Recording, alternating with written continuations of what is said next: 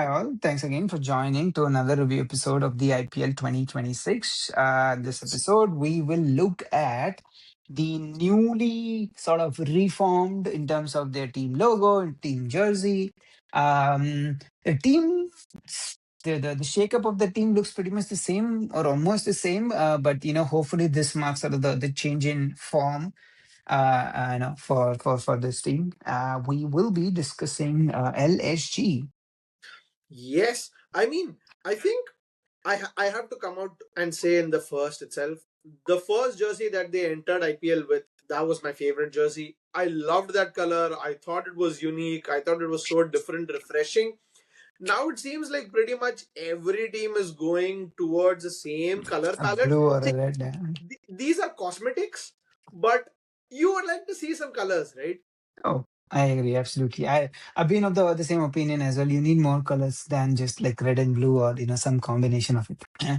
Yeah, I remember there used to, I'm sure it still applies. I'm sure there used to be a time in IPL where numerology and other different things where you cannot have black on your jersey, you can't have devil in your names, and all of these things made a difference where the owners tried to set as many things as possible for their teams.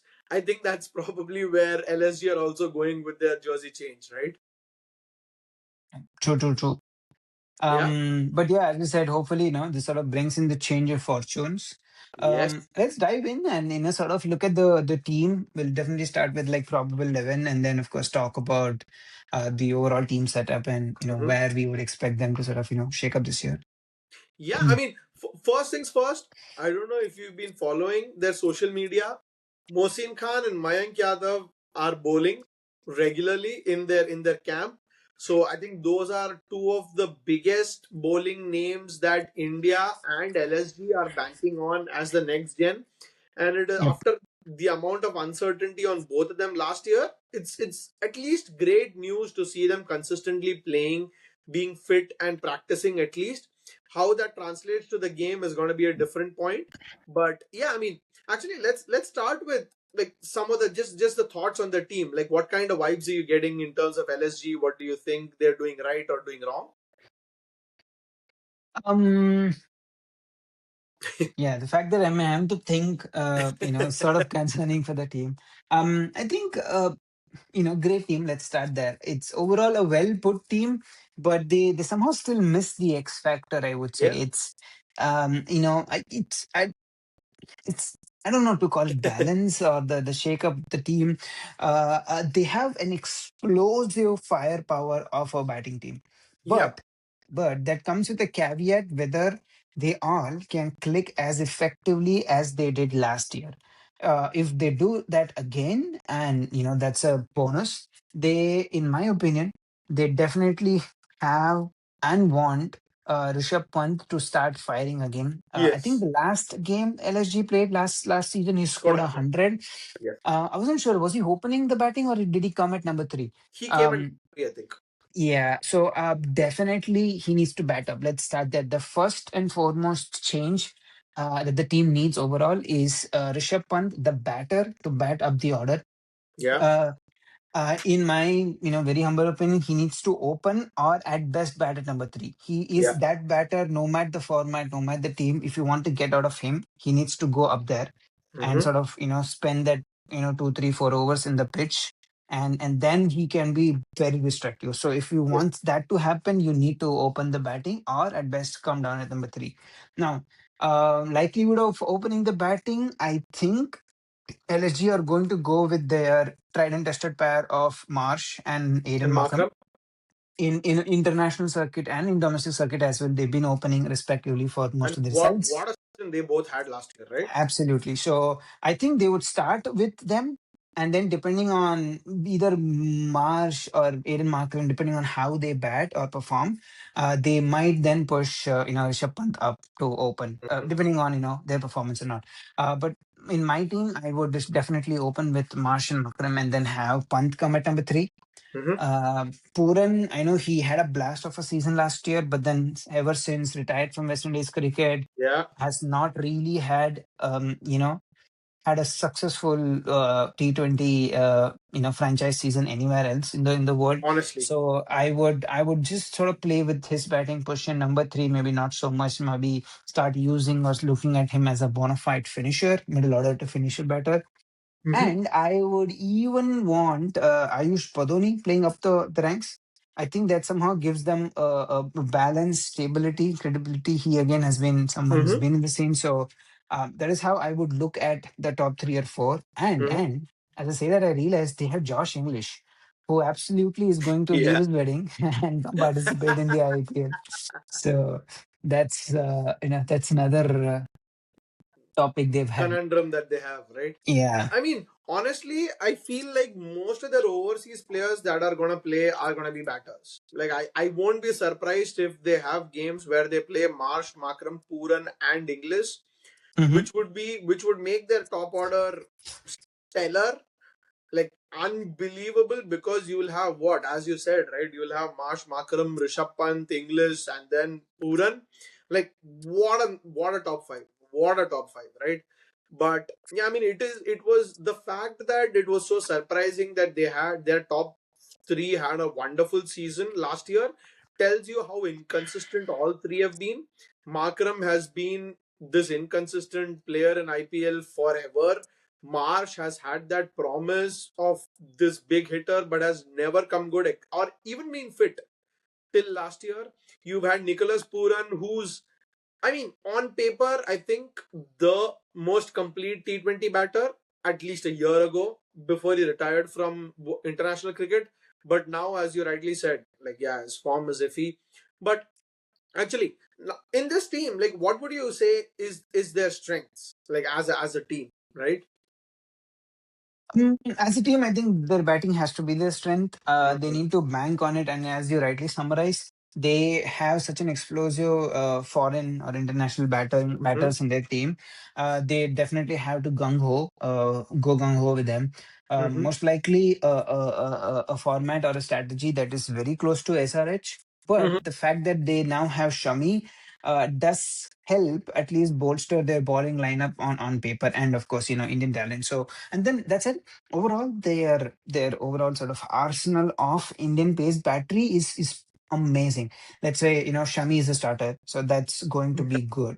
Between Arshad Khan and Moshin Khan, they have good, solid left-handed pace bowlers, so they Yeah. can choose either or. And then they have the same combination in Prince Yadav and in Mayank Yadav, both again right-handed pace bowlers. So they have two bowlers each in each department, like left hand and right hand combinations, and all of them can bowl pace. So they can choose like three out of the combination of the five bowlers that they have. Yeah. Digvesh Rathi last year was definitely came to the fore. Yeah. I really Yeah. hope he is brings a better skillful game of his to the fore, and has definitely worked on his temperament Mm-hmm. because the team needs it overall.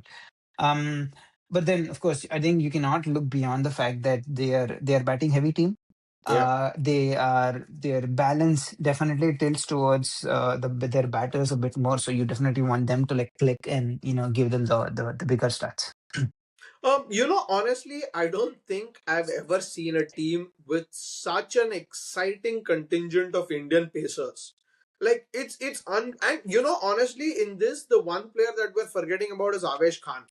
Like Avesh Khan Yep. has been a IPL at this point. I won't be wrong in saying a veteran. He's been around for close to 4 or 5 years, True. maybe 5 seasons, and he has been one of the key death bowlers in any team that he plays.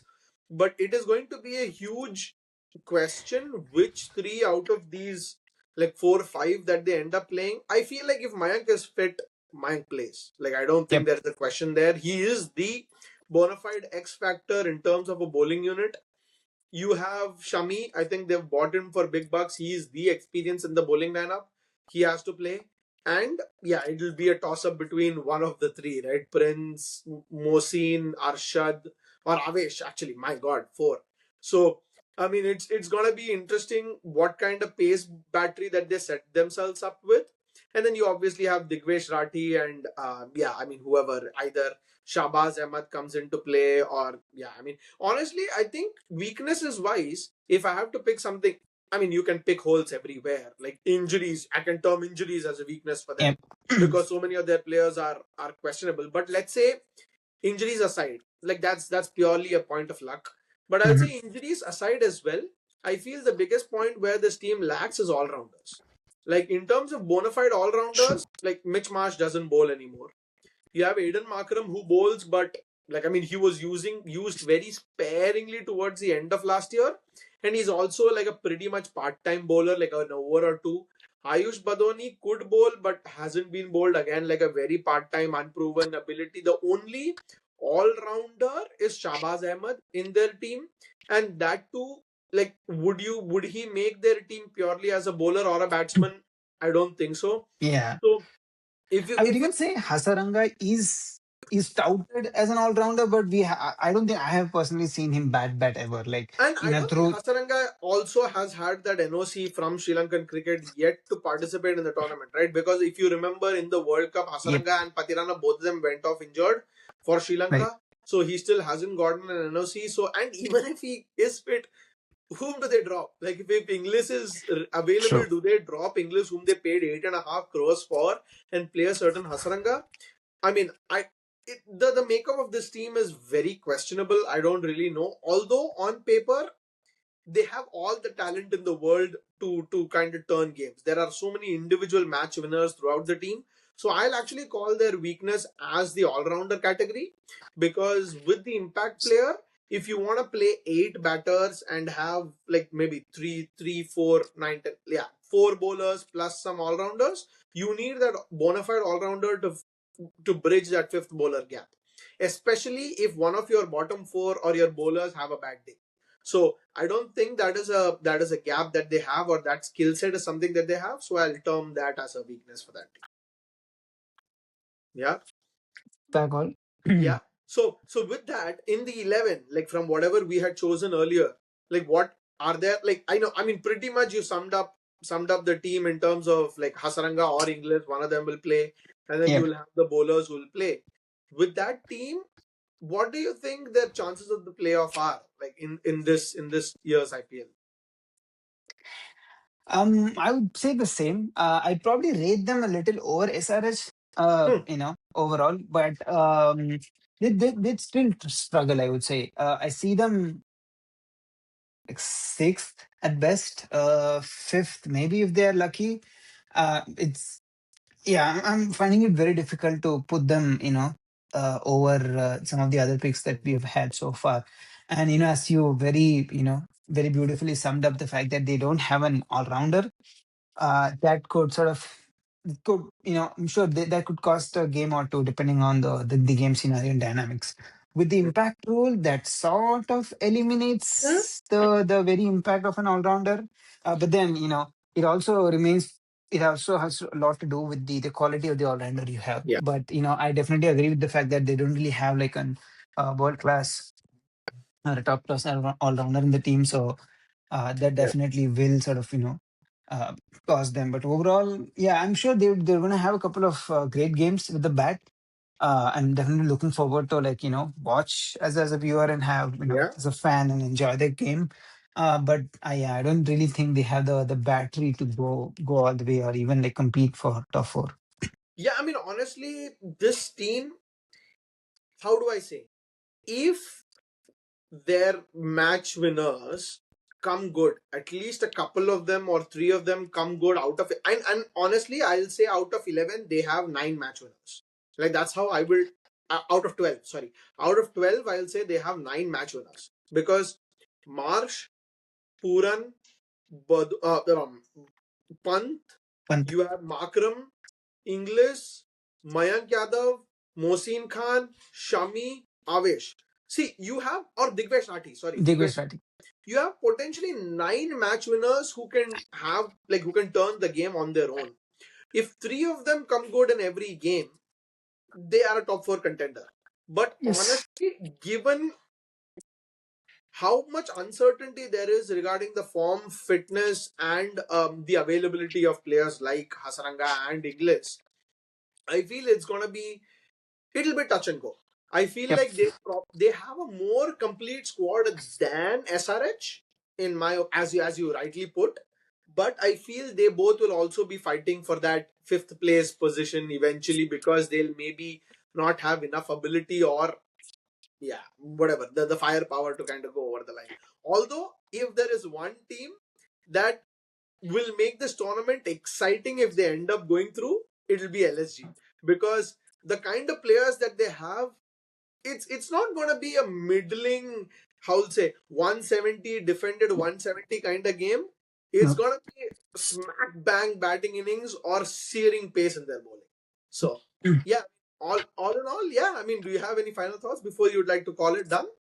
No, final thoughts. I would probably go to our Yeah. section of overall, picking like Mm-hmm. the up and coming player in the team that Mm-hmm. would like have a breakthrough season. Mm-hmm. My pick would be Ayush Badoni.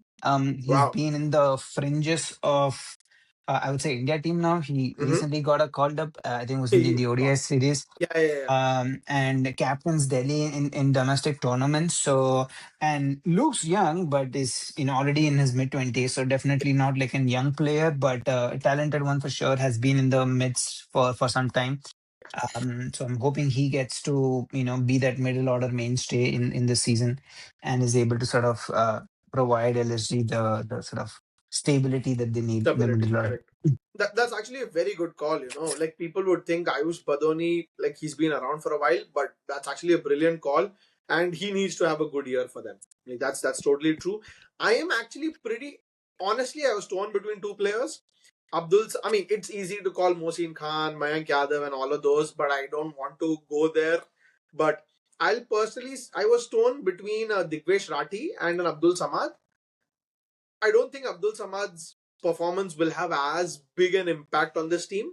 So I would rather go for Digvesh Rathi, because he's their leading spinner. They've let go of Bishnoi. I mean, trusting Digvesh Rathi. And actually, if you hear the reports right, he hasn't had a great um, Delhi Premier League or Domestic. other domestic tournaments. People have actually gone after him, so it is going to be super interesting. It's a typical second year issue, right? Where the first year you're a mystery, in the second year, can you still maintain that mystery, or will you get found out? So yeah, I'll go for Digvesh Rathi with that. I think both diminutive. I don't think he's diminutive, but like very lean frame as a bowler. So it'll Yeah, be lanky for interesting sure. how he does. Um, Yeah. great shout out. All I can say is you've signed off LSG in style. That's going to be my closing comments. Nothing else to add there. Uh, awesome. Yeah, with that, I guess honestly, these are the, although they are the bottom place teams from last year's IPL table, I feel they're the most interesting teams going into this year's They- IPL, because they have yes. so much, yeah, going on with them, right? No, absolutely. I think it's the scrap fight that they put up makes it impressive, and also towards like the fag end of the season, they sort of throw a wrench in the Mhm. shake up of top four. So that it's definitely a sort of interesting phase to watch. Yeah, absolutely. So yeah, with that, we'll call this done, and then we'll see you in the next episode for a certain purple Codebo Lordbo, maybe Jeetbo team. See you on the other side. Thank you.